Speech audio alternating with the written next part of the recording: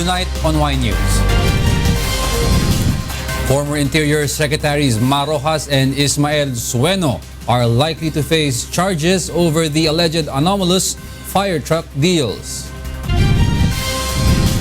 The Philippine National Police Calabarzon investigates the killing of Rentangay scheme suspect Leia Rosales in Laguna. The first batch of victims in the Nueva Ecija bus accident may receive insurance claims on Saturday. The Social Security system reminds employers to abide by the SSS law. Filipino holders of 457 visas in Australia need not worry while the government sets tougher rules on visas to foreign workers. And a wind farm draws in hundreds of tourists and provides revenue to a small farming town in Rizal province. Y News begins now.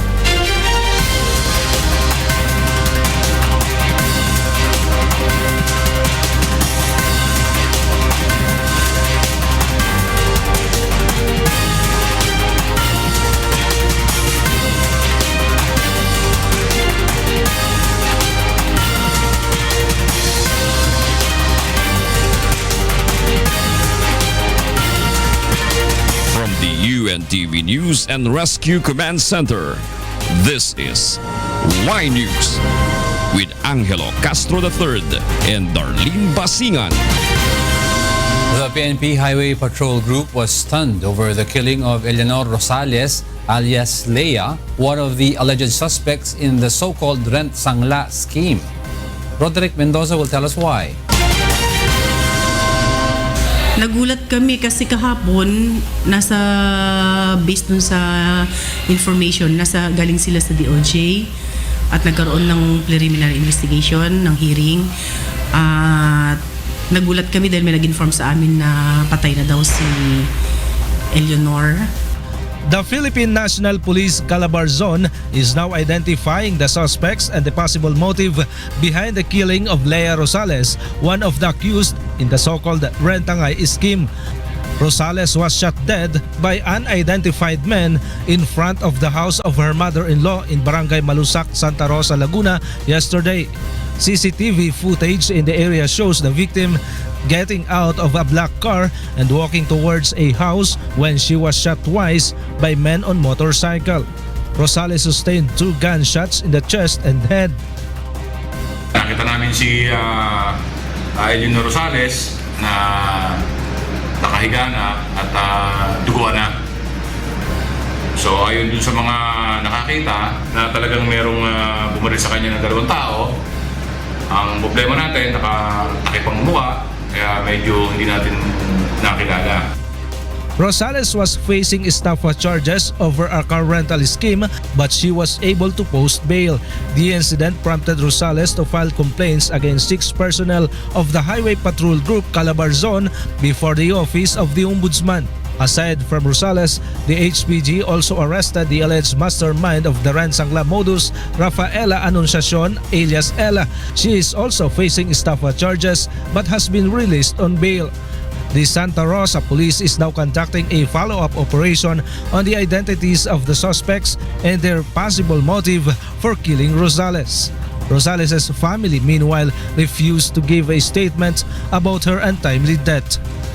Roderick Mendoza, UNTV News and Rescue, Philippines.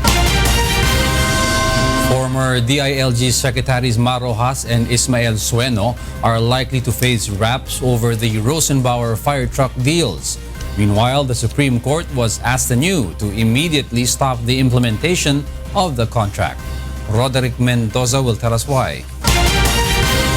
A lawyer for former Abacada Party List Congressman Jonathan de la Cruz beared that they are preparing criminal cases against officials involved in the Rosenbauer firetruck deals. Among those who are likely to face graft and plunder charges are former DILG Secretaries Roxas and Ismael Sueno. We are just gathering some more documents which I have already initiated In June last year, De La Cruz filed a petition with the Supreme Court to nullify 2 supply contracts entered into by DILG and BFP with Austrian company Rosenbauer. The contracts are worth over 3 billion pesos for 152 fire trucks. The Aquino administration obtained a loan from the Austrian government to finance the deals. But De La Cruz claimed the contracts are defective since there was no bidding and Congress did not allocate funds for it. It is also one of the reasons for the dismissal of Sueno, who visited Austria in January. This is despite the advice of DILG legal office not to proceed with the contract while a case is pending before the Supreme Court. Precisely, Secretary Sueno was unceremoniously dismissed from his position due to some anomalies which the President validated to be true. De La Cruz cited this incident in asking the High Court once more to stop the implementation of the deal. I hope the Supreme Court will resolve this motion with immediate dispatch, considering the magnitude of the issues involved. He further asked the High Court to prohibit the government from receiving 14 Rosenbauer fire trucks which are due to arrive in Batangas last Tuesday. Delivery of 76 fire trucks in the second contract is expected to be completed by October this year. Roderick Mendoza, UNTV News and Rescue, Manila. Social Security system reminds employers to follow the SSS law. Leslie Longbowen will tell us why. Under the law, employers have the responsibility to remit SSS contributions of their employees. SSS Chairman Dean Amado Valdez says workers have the right to receive benefits intended for them. The backbone of our economy are the workers. So we have to take care of the workers. And more than taking care of them is to assure them na pag mahina na sila at magre-retire na, the government will take care of their social protection. In relation to this, the Social Security system led by its chairman Dean Amado Valdez and its president Emmanuel Dook went to this store in Green Hills, San Juan City to serve a show cause order. Based on SSS monitoring, the employer does not pay for the SSS contribution of his employees. The owner is given 15 days to come to the agency's office to explain.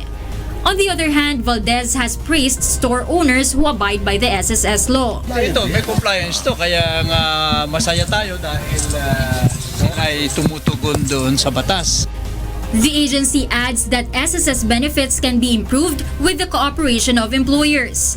Pag naging healthy ang ating fund, SSS fund, we could increase also the benefits. If an employer is found guilty of violating the SSS law, he or she may face up to 12 years of imprisonment. Leslie Longbowen, UNTV News and Rescue, San Juan City. The Quezon City government stands firm in its move to increase tax collection. Nel Maribuhok will tell us why.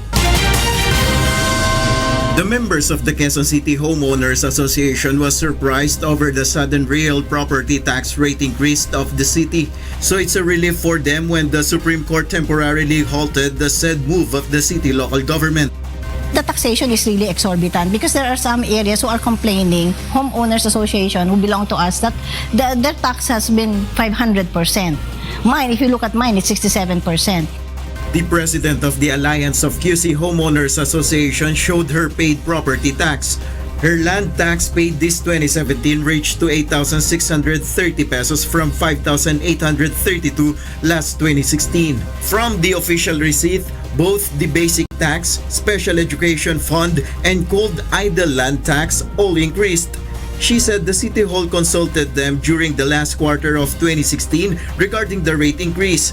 But the City Hall apparently disregarded their positions. Also, for the homeowners, it is still questionable for them where the increase on tax will go or be allocated. The usual answer is it will go to the general fund. What is that general fund? No, let us define it. And then, where does it go? Sana if there is that kind of honest transparency. For its part, the City Hall government said, From there, pag nakukolekta na yun, then it is now appropriated by the Finance Committee and the City Council, no, through the budget ordinance. Kung saan napupunta, kung saan pupunta yan, whether it goes to garbage collection, whether it goes to the operation of hospitals. QC Administrator Aldrin Cunha explained that they need to increase the fair market values of all land which are long overdue. These increases surely affect the real property tax rate. Sa ilalim ng local government code, ang revision ng fair market value should be done once every 3 years. And we had to wait 25 years bago tayo nagbago ng ating fair market values. The City Hall has received already the Supreme Court ruling and they will ask for the copy of the petition so they may send their reply on the issue. Nel Maribuho, UNTV News and Rescue, Quezon City. The government ensures more intensified security operations. It also mulls for the establishment of the National Identification System. Rosalie Rosales will tell us why. The government is considering the establishment of the National Identification System in the country as a way to combat terrorism. It's being considered, in other words. As far as I know, it's being considered.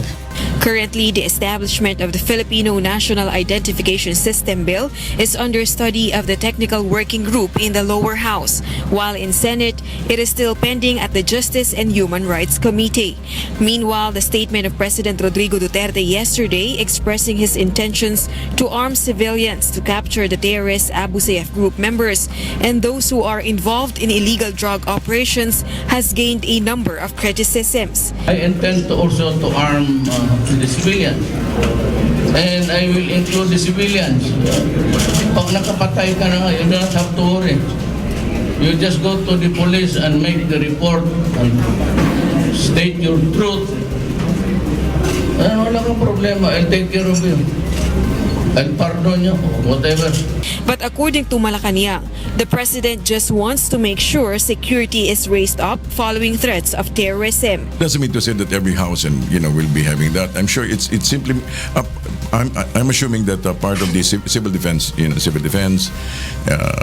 will be.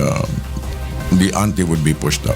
Serious about raising security, yes. The government is also confident that the security forces can handle the present situation, especially in Bohol, where there are security threats.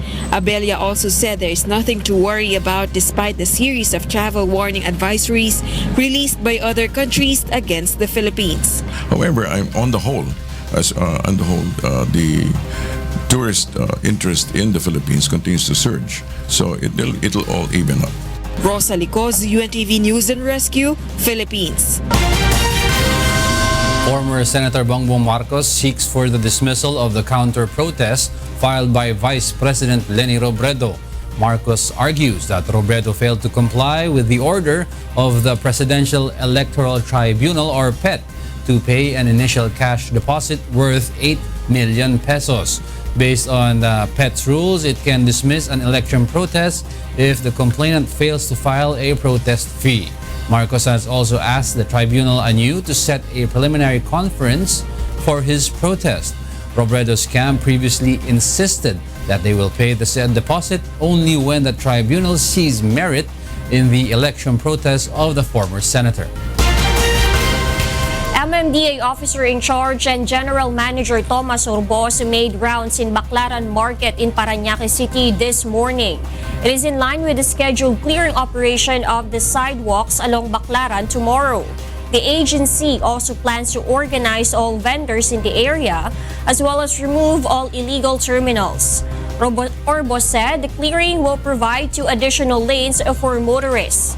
MMVA is currently coordinating with the local government of Parañaque to ensure that the vendors will be properly relocated. The relatives of the fatalities and injured in the tragic bus crash in Carangla, Nueva Ecija are set to receive up to 200,000 pesos in financial assistance this weekend. Leslie Longbowen will tell us why. Passenger Accident Management and Insurance Agency Incorporated, or PAMI, will begin the distribution of the financial aid on Saturday at 2 in the afternoon for the relatives of those killed and injured in the fatal bus accident last Tuesday. The venue will be in the field office of LTFRB in Bayumbong, Nueva Vizcaya. PAMI is the insurance company handling the Leo Maric Trans bus. Ang maximum coverage for our insurance policy is 200,000. Now, for the injuries, meron hong medical reimbursement na for the use for hospitalization. The claimants just have to present their birth certificate and identification if they are single, while marriage contract if not. In this case po, ibibigay na po namin sa kanila yung full amount. So, yung talagang kailangan lang namin right now is yung proof na sila ho talaga yung immediate beneficiary. The insurance company gave contact numbers that the beneficiaries can call if they have questions on the process of claiming their financial assistance. Meanwhile, the second batch of the distribution of monetary aid to victims will be on April 25. A relative of one of the fatalities says they can no longer wait for the financial aid of the bus firm, as the dead body of their loved one might only prolong its stay at the Christian J funeral homes. This prompted them to contribute money for the release of the body of the victim. Siyempre matatagalan dahil kung hintayin mo pa yun, di mai-stack siya dito sa funeraria. Madaliin lang sana para may magamit din kami. Dapat sana mas madali para may kwan din may magamit. Although they have already talked to LTFRB and PAMI, the relatives are not yet sure if the money that has been used for medical expenses will be reimbursed. The NDRRMC says the number of deaths in the accident has already reached 35, while the injured is at 44. The investigation into the cause of the accident, whether the driver lost control over the brakes or one of the wheels blew up because of overloading, is underway.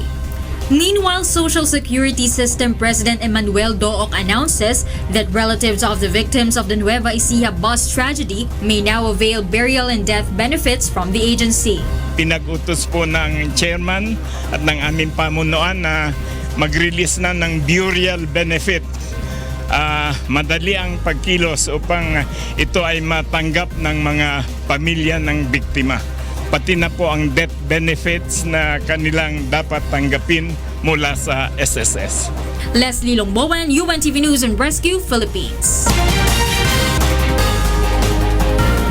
The National Grid Corporation of the Philippines eyes to remove a transmission tower that collapsed in Alabang.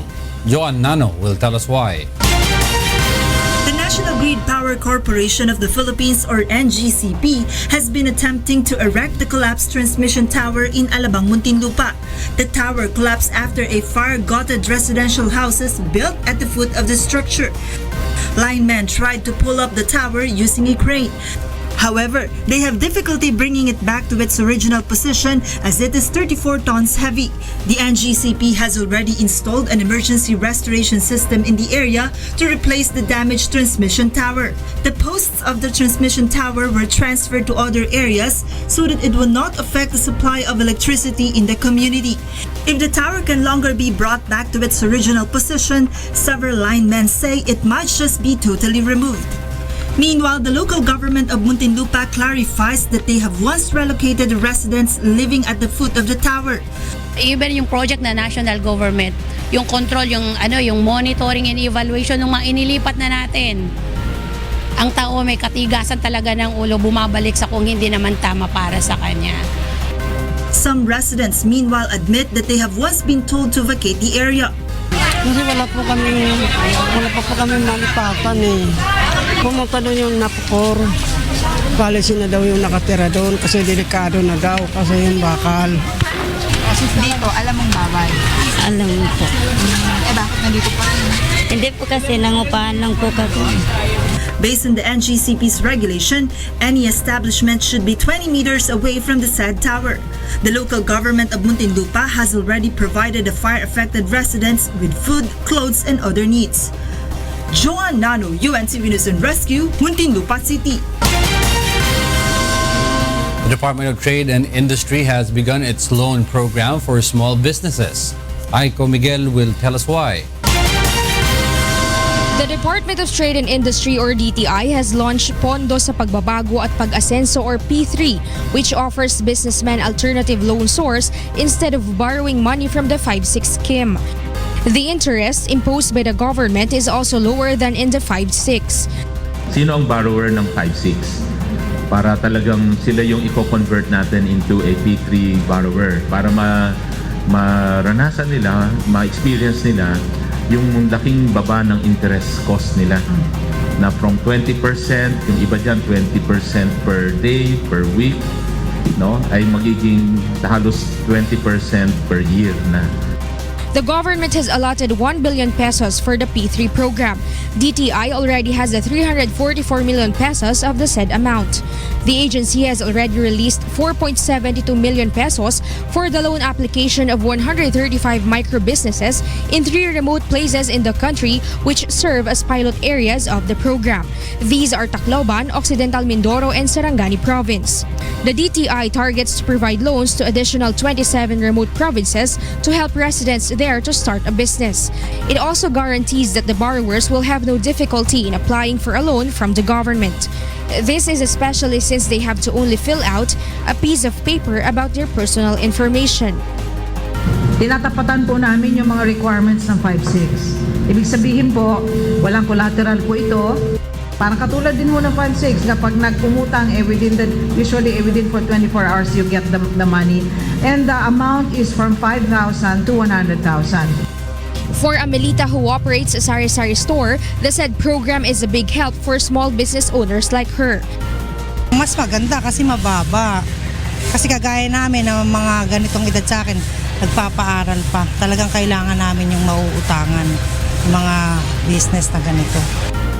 After implementing the program in 30 pilot areas, the DTI will bring it to other provinces so that residents in the area aiming to start a business can also be offered with a low-interest loan. Aiko Miguel, UNTV News and Rescue, Department of Trade and Industry. In a press conference in Malacanang, Presidential Commission for the Urban Poor Chairman Attorney Terry Riton believes the government needs to allocate 1 trillion pesos to address the current housing backlog in the country.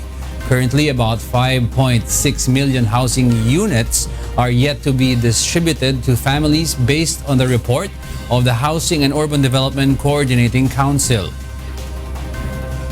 The current level of spending for housing is clearly not enough to respond to even a large percentage of the problem housing. Meanwhile, the official assures of providing relocation to those who might be affected by the construction of the government's major infrastructure projects. So, under the leadership of the President, he has made it clear that there will be no demolitions without relocation.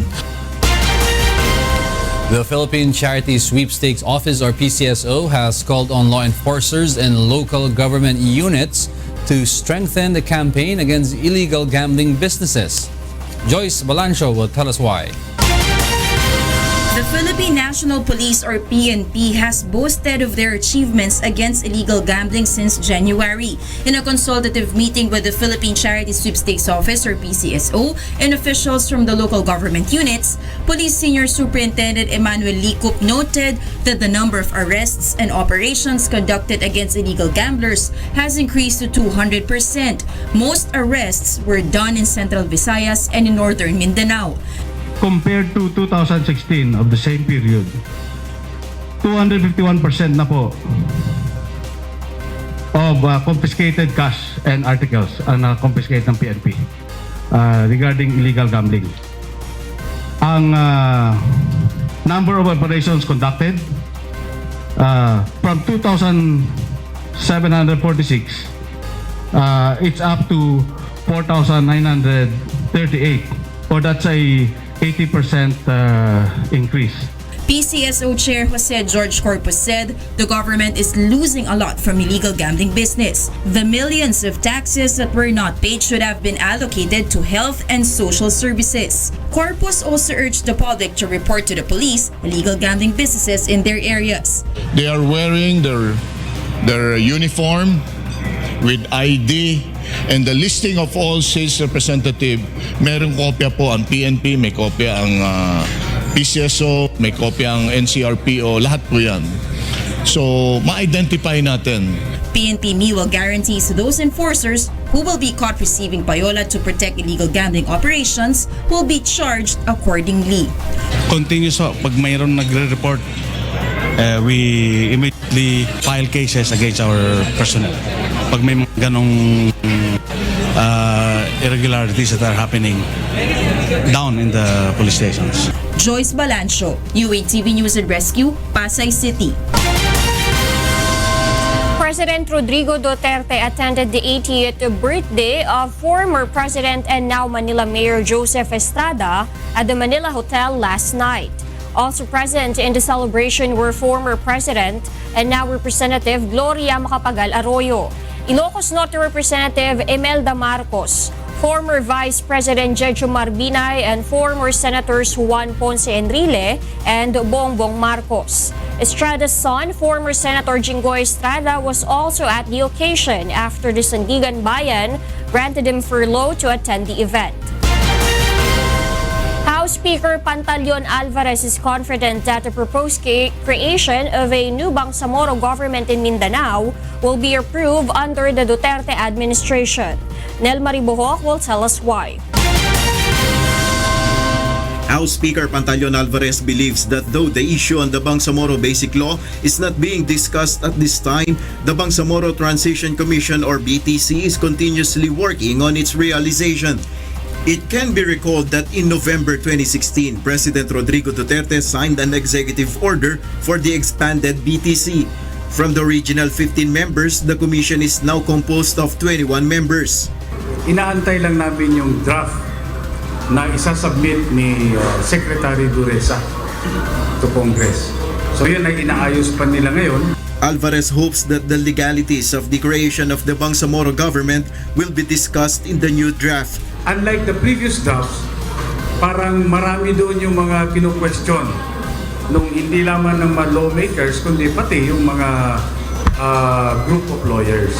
It is also being targeted that the 1996 agreement with MNLF and the 2014 comprehensive agreement on the Bangsamoro of the MILF be consolidated in the proposed bill. Kailangan din, there are provisions that also protect the areas that do not want to be part of the Bangsamoro para at least patas. Nel Maribuhok, UNTV News and Rescue, Philippines. President and now Pampanga Representative Gloria Macapagal Arroyo is confident on the decision and actions taken by President Rodrigo Duterte on the issues concerning the West Philippine Sea. Monokson will tell us why. In a press conference today, former President Gloria Arroyo has refused to give recommendations to President Rodrigo Duterte about territorial issues in the West Philippine Sea, saying, quote, he knows what he's doing, end of quote. What she can only give, Arroyo notes, is a general recommendation, and that is to focus on the economic relations between the Philippines and China. Let us concentrate on our economic ties and to the extent that we can, transcend the matters at issue between us. Arroyo also boasts that during her presidency, there had never been any tension over the territories in the West Philippine Sea. She noted, however, that the situation got worse during the term of the Aquino administration. Arroyo explains that although the Philippines won in the arbitration case it filed at The Hague, China remains the winner, as it has already built facilities in the waters within Philippine jurisdiction. In line with this, the lawyer of Arroyo, Attorney Estelito Mendoza, published a book about the current position of the Philippine government on the West Philippine dispute. Attorney Mendoza believes the Duterte administration has been able to correctly control the said issue. I think President Duterte is navigating the troubled waters of the China Sea very well. He clarifies that the book is just a primer and should not be used as a basis for the country's arguments in the territorial row. Mon Hokson, UNTV News and Rescue, House of Representatives. Guided missile cruiser Veria, the flagship of the Russian Pacific Fleet, has docked in Manila today for a 4-day goodwill visit. The ship's captain, Alexei Ulyanenko, said he hopes to make the port call a significant contribution to the strengthening of friendship and cooperation between Russia and the Philippines. The vessel's crew will hold a concert and open the missile cruiser to the Filipino public over the weekend. A Russian destroyer previously made a port call in Manila in January as Philippine President Rodrigo Duterte seeks closer ties with Moscow. От имени крейсера «Варяг» и танкера «Печенга» приветствую всех филиппинских друзей и партнеров. Заверяю, что российские военные моряки сделают все необходимое для того, чтобы нынешний визит внес весомый вклад и укрепление дружбы, партнерства и сотрудничества между народами наших стран в интересах мира и безопасности в регионе. Filipino holders of 457 visas in Australia need not worry as the government sets tougher rules on foreign worker visas. Early Briones will tell us why. Australia will abolish a temporary work visa popular with foreigners and replace it with a visa requiring better English language and work skills.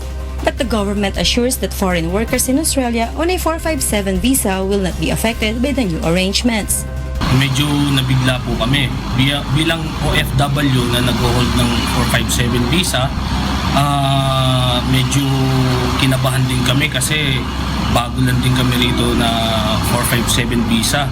So, pero ayon naman sa kanilang, sa batas nila, sinabi naman nila na hindi kami maapektuhan.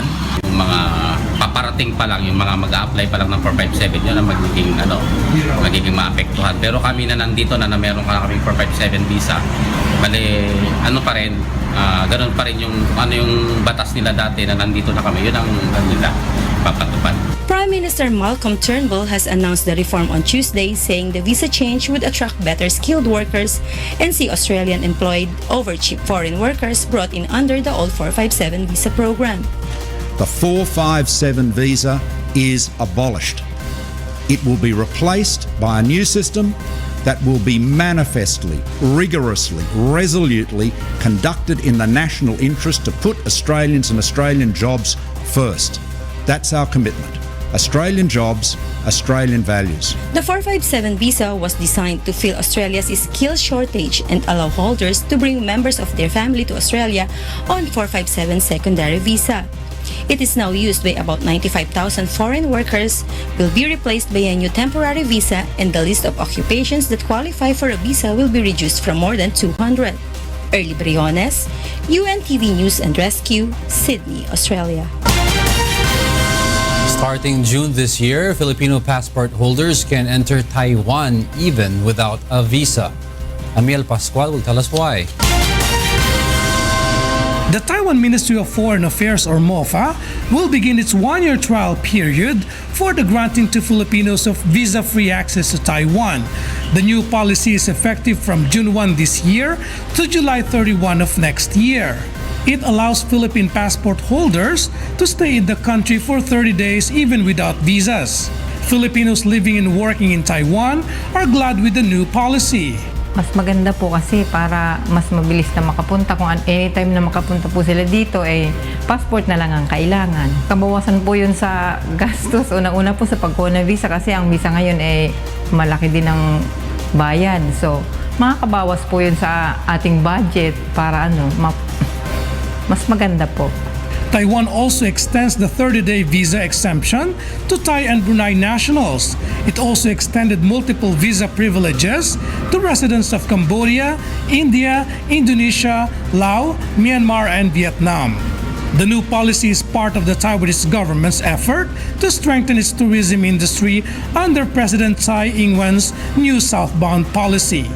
It can be noted that Taiwan is the process of acquiring electronic visa for Filipinos and other Southeast Asian citizens. This move has helped increase the number of tourists in Taiwan by almost 50%. Amiel Pascual, UNTV News and Rescue, Taipei, Taiwan. The water level in La Mesa Dam is now below normal. As of this afternoon, La Mesa Dam's water level is only 78.93 meters as compared to the normal level of 79.3 meters. According to Manila Water, there is an increase of 100 million liters to the country's daily water consumption this year as compared to last year. The concessionaire assures there will be no water interruption for now, but they may reduce the pressure if water level in La Mesa Dam continues to decline. The worst kung magkaroon ng water interruptions for rationing. Pero based on our projections, up till end of June, pa yung 77 marireach, which by that time siguro umuulan na. The National Water Resources Board is willing to increase the allocation of La Mesa Dam from Angat Dam's reserve. NWRB also reiterates that there is enough water supply this dry season. Coming up, a wind farm draws in hundreds of tourists and provides revenue to a small farming town outside Metro Manila. And crock-pot culture helps villagers end poverty in Guizhou province in southern China. More from Y News after this break.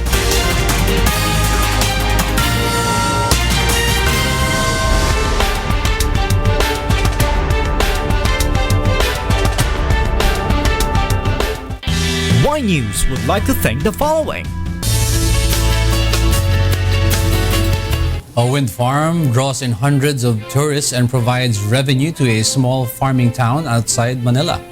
Ray Pelay will tell us why.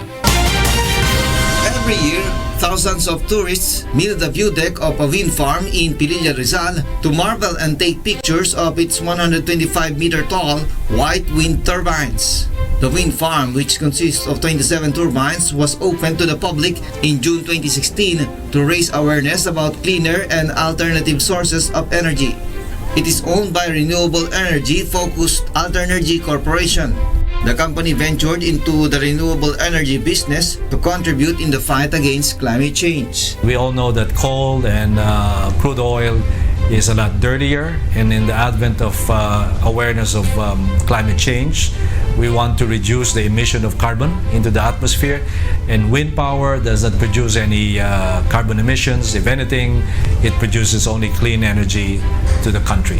In 2015, the Department of Energy said only 1% of the country's energy production came from wind farm. Renewable energy sources are mainly focused on geothermal and hydropower plants. On top of making the environment more sustainable, the facility also provides extra revenue and job opportunities through an agreement with DOE. Every kilowatt the wind farm contributes to the national grid, the company pays 1 centavo in royalties to the provincial and municipal government. Last year, Alternergy gave 1.5 million pesos for producing 150 million kilowatts. The money was later used for social projects. Isang paraan din ito na para ma-educate din yung mga tao. Makita nila kung ano ba talaga ang first is yung renewable energy. Pangalawa, ano ba ang kagandahan na ino-offer ng isang lugar? Ano ba ang meron sa lugar namin? And ang visitor center or ang isang klaseng struktura na ganito ang nakapagbibigay ng tamang impormasyon sa lahat ng mga taong pumaparito. The company has also set up 3 souvenir-making cooperatives which employs 45 Pililla residents. Dahil po sa gawa namin, unti-unti po nakikilala yung Pililla Rizal. Dahil po, siyempre, pag bawat may bumibiling mga turista, nakikita po nila na may pangalan na Pililla Rizal. Kaya po, proud din po kami kasi siyempre na bibili po yung aming produkto. Alternergy plans to double the size of its wind farm and erect new ones in other high-altitude provinces in the island of Luzon soon. Its mission includes building power plants, harnessing hydropower and solar energy. Ray Pelayo, UNTV News and Rescue, Philippines. Those are the reasons behind the news, April 20, 2017. I'm Angelo Castro III. Reasons we delivered to you as they unfold. I'm Darlene Basingan. Because we need to know, we will always ask why. Thank you for watching Y News.